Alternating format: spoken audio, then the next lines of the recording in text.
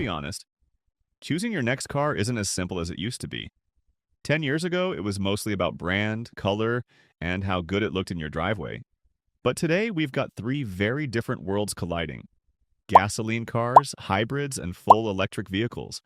Each promises to save you money or just make driving easier. But which one is really better? Let's break it down. But before we do, please take a moment to like and share this video. Also, subscribe to the channel. It helps support the channel a lot. First up, the old school internal combustion engine, the classic gas-powered car. Simple, reliable, and familiar. You fill up and drive. No charging stations, no battery worries, and mechanics know how to fix almost everything. But that convenience comes at a cost. Fuel prices keep climbing, maintenance is expensive over time, and gas engines are the least efficient of the three, converting only about 20 to 30% of fuel energy into actual motion. The rest? It just turns into heat and noise. Then there's the EVs, the full electric vehicles. These cars ditch the gas engine completely and rely on electric motors powered by large batteries. They are whisper quiet, incredibly quick, and surprisingly cheap to run once you get past the sticker shock. A 2023 study published by the Atlas Public Policy compared the total cost of ownership, or TCO, of top-selling cars, and found something interesting. Even though most EVs cost more upfront, they're often cheaper to own in the long run. For example, take a compact sedan like the 2025 Toyota Corolla versus the electric 2025 Nissan Leaf. The Corolla starts at about $22,000, while the Leaf is closer to $28,000. At first, that sounds like a no-brainer for the gas car, but when you look at 7 years of ownership, the Nissan Leaf actually saves around $2,000 overall.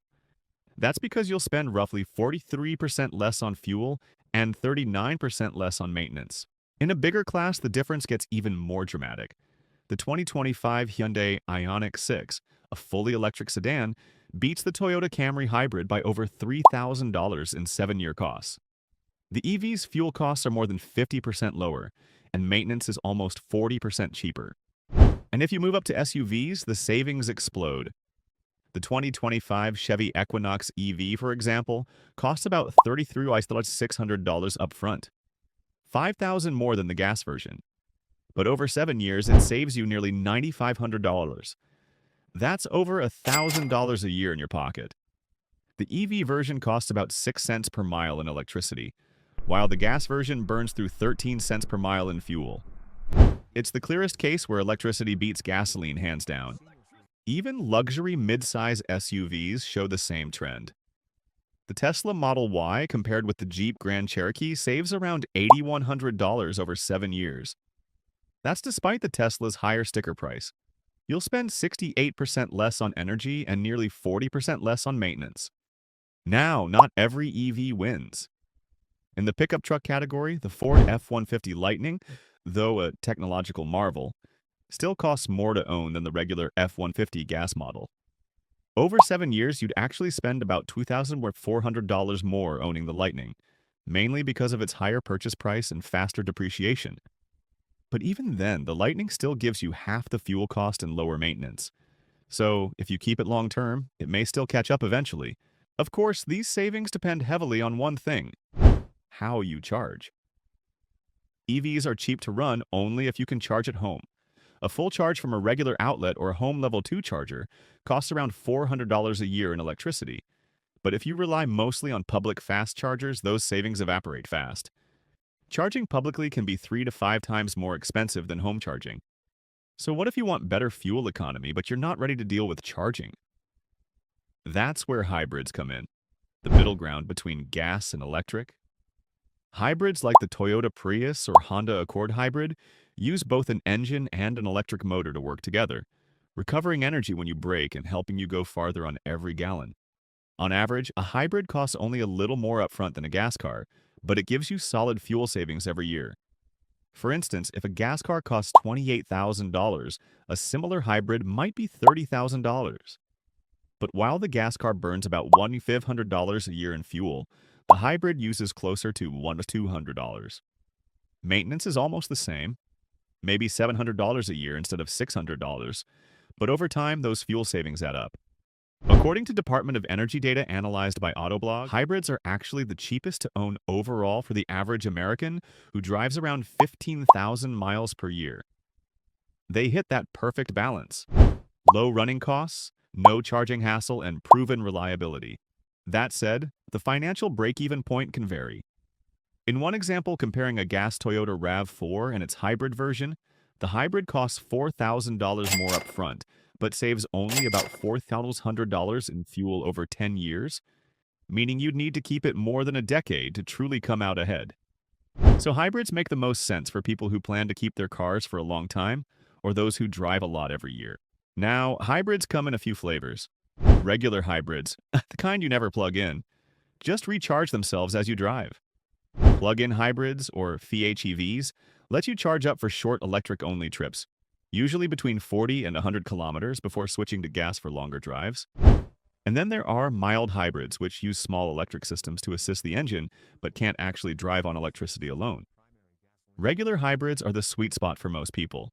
Simple, reliable, and efficient. Plug-in hybrids can save even more if you charge them consistently, but they're more expensive and heavier because they carry two full systems. Mild hybrids? They're more like eco-boosted gas cars, cheaper than full hybrids but with smaller fuel savings. When it comes to maintenance and reliability, hybrids and traditional gas cars are still slightly ahead. Consumer Reports found that plug-in hybrids and electric cars tend to have more issues, mostly software bugs, electrical systems, and charging components, though that gap is shrinking fast as EV tech improves every year. But there's one big wildcard that can swing the EV equation: government incentives. Federal and manufacturer incentives can reduce upfront prices by thousands. In the Atlas study, for instance, the Chevy Equinox EV, Tesla Model Y, and Ford F-150 Lightning all qualified for a $7,500 federal tax credit, and the Nissan Leaf got $3,150. Without those credits, the Equinox EV's 7-year savings would shrink from $9,400 to just about $200. So yeah, incentives matter. A lot. Let's not forget depreciation. Older EVs, especially early ones with shorter ranges, tend to lose value faster than gas or hybrid cars. Battery replacement costs can be high once warranties end, which makes some buyers cautious about used EVs. But newer models with longer range are holding their value much better, especially Teslas, which are bucking the old depreciation trend. So after all that, which one is really better? Here's the balanced verdict. If you drive mostly short trips, have a garage or driveway, and can charge at home, an EV is probably your best long-term bet. You'll enjoy quiet drives, instant torque, and low running costs, and as long as you stay plugged in at home. If you drive long distances, live in an apartment, or don't want to worry about charging, a hybrid makes the most sense. It's the most practical middle ground today. Good fuel economy, low maintenance, and you can fill up anywhere. And if you just want something simple, easy to repair, and cheap to buy up front, especially in areas where gas is still affordable, the good old gas car still holds its place. It might not win on efficiency, but it's still the most convenient for many people. At the end of the day, there's no generic answer. The best car depends on you and how you drive, where you live, and how long you plan to keep it. But one thing's for sure, the future is moving electric, and every step, whether hybrid or full EV, brings us closer to that future. So what's your pick? Gas, hybrid, or full electric? Let me know in the comments. If you found this breakdown helpful, make sure to hit that like button, share it with a friend, and subscribe to our channel Auto VFix for more car comparisons and maintenance tips videos. I will see you in the next video. Bye.